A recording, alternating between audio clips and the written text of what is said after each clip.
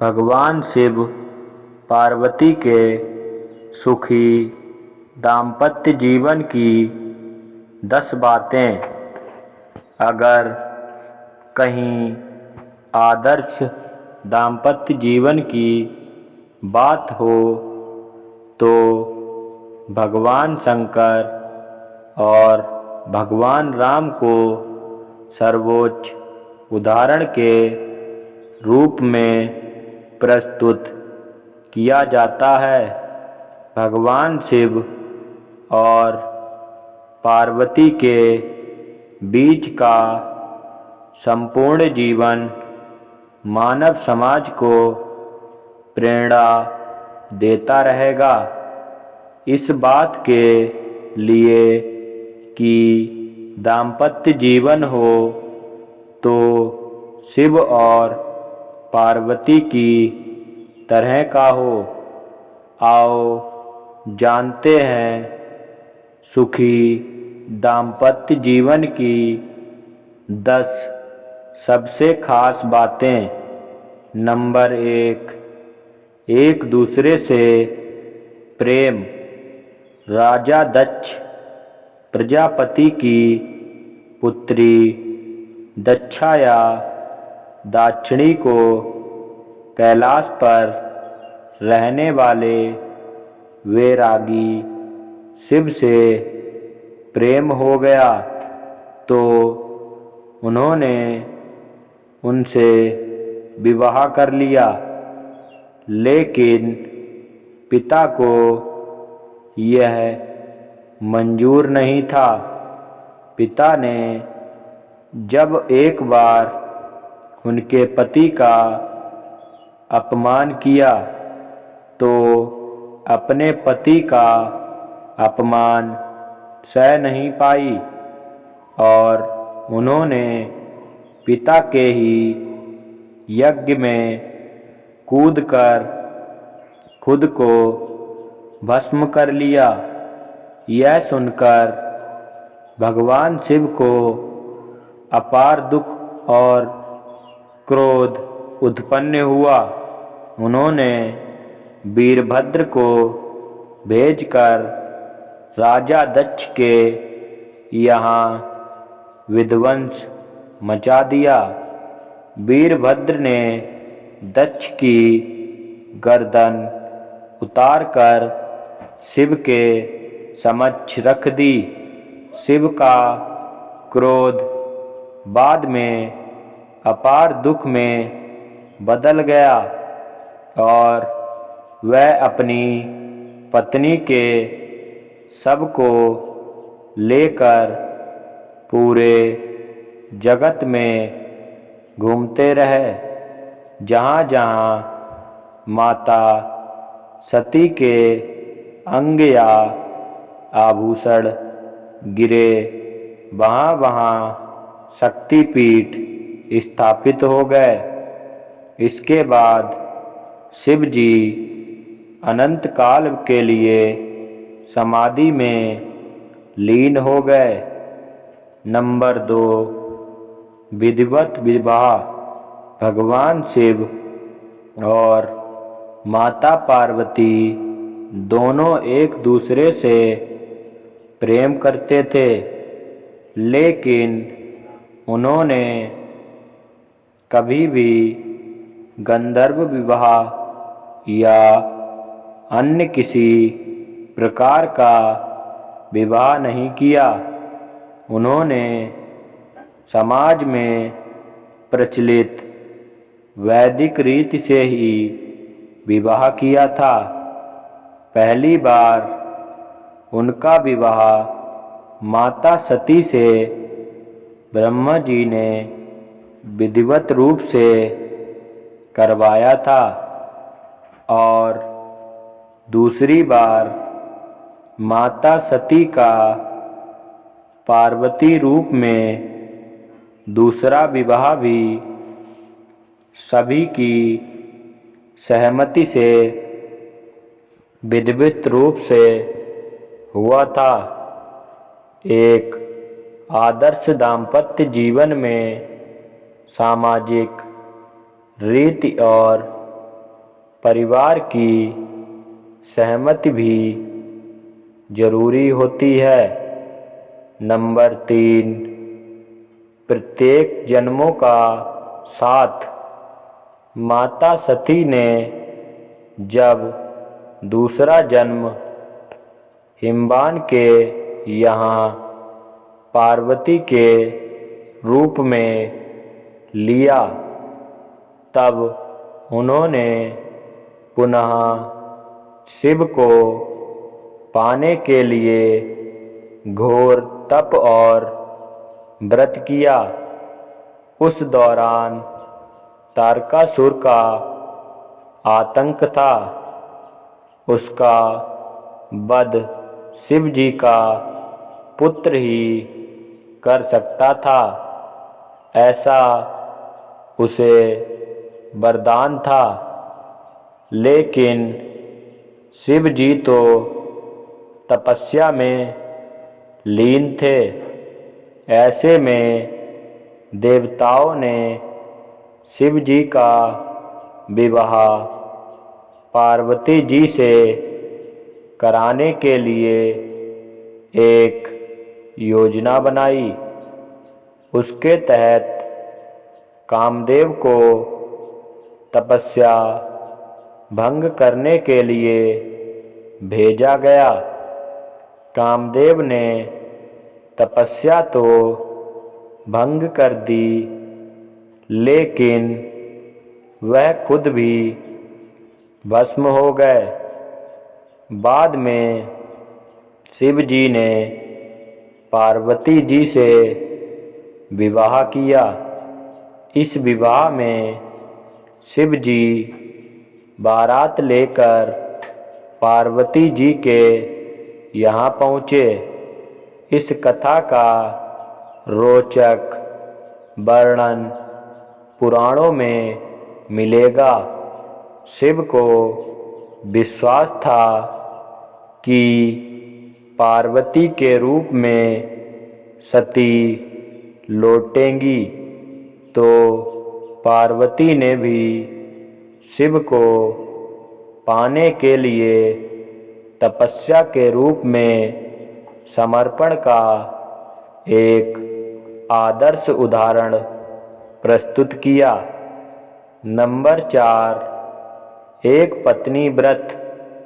भगवान शिव और पार्वती ने एक दूसरे के अलावा अन्य किसी को भी अपना जीवन साथी कभी नहीं बनाया। शिव की पहली पत्नी सती ने ही अगले जन्म में माता पार्वती के रूप में जन्म लिया और वही उमा, उर्मी, काली कहीं गई हैं। बात चाहे सृष्टि निर्माण और उसके संचालन की हो, या परिवार की गाड़ी हाँकने की, पुरुष और प्रकृति का समान रूप से योगदान देना जरूरी है। नंबर 5, आदर्श गृहस्थ जीवन। सांसारिक दृष्टि से शिव पार्वती व शिव परिवार गृहस्थ जीवन का आदर्श है। पति पत्नी के संबंधों में प्रेम, समर्पण और घनिष्ठता का श्रेष्ठ उदाहरण प्रस्तुत करके उन्होंने अपनी संतानों को भी आदर्श बनाया और एक संपूर्ण पारिवारिक जीवन और उसके उत्तरदायित्व का निर्वाह किया। नंबर 6, पत्नी को भी दिया ब्रह्म ज्ञान। भगवान शिव ने जब ब्रह्म ज्ञान प्राप्त किया था, तो उन्होंने अपनी पत्नी माता पार्वती को भी इस ज्ञान को किस तरह से प्राप्त किया जाए यह बताया था। अमरनाथ की गुफा में उन्होंने माता पार्वती को अमर ज्ञान दिया था ताकि माता पार्वती भी जन्म मरण के चक्र से छूटकर सदा के लिए उनकी ही अर्धांगिनी बनकर रहें। नंबर 7, एक दूसरे के प्रति सम्मान। वैवाहिक जीवन में आपसी सामंजस्य प्रेम के अलावा एक दूसरे के प्रति सम्मान की भावना जरूरी है। नहीं है तो गृहस्थ जीवन में कलह रहता है।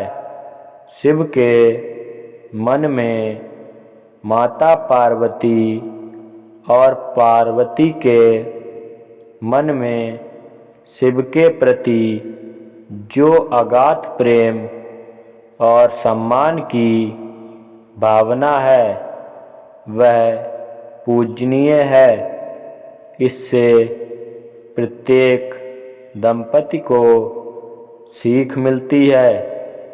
इसके कई उदाहरण पुराणों में हैं कि माता पार्वती ने शिव के सम्मान के लिए सब कुछ न्यौछावर कर दिया तो शिव ने भी माता पार्वती के प्रेम और सम्मान में सब कुछ किया। यदि दाम्पत्य जीवन में कोई पति पत्नी एक दूसरे का सम्मान नहीं करते हैं और उनके सम्मान की रक्षा नहीं करते हैं तो वह दाम्पत्य जीवन आगे चलकर असफल हो जाता है। नंबर 8, योगी बना गृहस्थ। भगवान शिव महान योगी थे और वे हमेशा ही समाधि और ध्यान में ही लीन रहते थे। लेकिन माता पार्वती को तब भी उनसे प्रेम था कि योगी बना एक गृहस्थ। गृहस्थ का योगी होना जरूरी है, तभी वह एक सफल दाम्पत्य जीवन का निर्वाह कर सकता है। भगवान शिव के साथ उल्टी गंगा बही। कई लोग ऐसे हैं जो विवाह के बाद उम्र के एक पड़ाव पर जाकर वैरागी बनकर सन्यासी होकर अपनी पत्नी को छोड़कर चले जाते हैं। लेकिन भगवान शिव तो पहले से ही योगी सन्यासी या कहें कि वैरागी थे। यह तो माता पार्वती का तप ही था जो योगी गृहस्थ बन गए। कहना तो यह चाहिए कि माता पार्वती तो भी जोगन थीं। पत्नी के साथ यदि 7 जन्म के फेरे लिए हैं तो फिर कैसे इसी जन्म में सन्यास के लिए छोड़कर चली जाएं। भगवान शंकर ने यह सबसे बड़ा उदाहरण प्रस्तुत किया था। नंबर 9, त्याग की प्रतिमूर्ति। शिव और पार्वती जिस तरह एक दूसरे के प्रति निष्ठावान और त्यागी हैं, उसी तरह की निष्ठा और त्याग को सीता और राम ने भी अपनाया था। पार्वती का शिवमय हो जाना या शिव का पार्वती में ही लोप हो जाने के इसी प्रेम के चलते उन्हें अर्धनारीश्वर भी कहा जाता है। नंबर 10, सदा साथ ही रहने और बातें शेयर करना। पुराणकार कहते हैं, एक महिला को अपने पति, पिता, भाई, पुत्र और पुत्री के घर में ही रात रुकना चाहिए। अन्य कहीं भी यदि रात रुकने का अवसर हो तो साथ में पिता, भाई, पुत्र या पुत्री, पति का होना जरूरी है। यह तो एक आम मनुष्य की बात है, लेकिन माता पार्वती और शिव तो अर्धनारीश्वर हैं। उनका साथ तो सदा से ही सदैव है और रहेगा। हमने यह भी पढ़ा कि भगवान शिव हमेशा ही माता पार्वती के प्रश्नों के उत्तर देते हैं और उन्हें किसी न किसी की कथा सुनाकर अपना रहस्य बताते रहते हैं। इसी तरह माता पार्वती भी शिव को अपना रहस्य बताती रहती हैं। मेरे प्रिय शिव पार्वती भक्तों, अगर आपको हमारी वीडियो अच्छी लगी हो तो हमारे चैनल सोलू स्टोरी को सब्सक्राइब करें और कमेंट में जय भोलेनाथ, जय माता पार्वती की, जय शिव शंकर जरूर लिखें। धन्यवाद।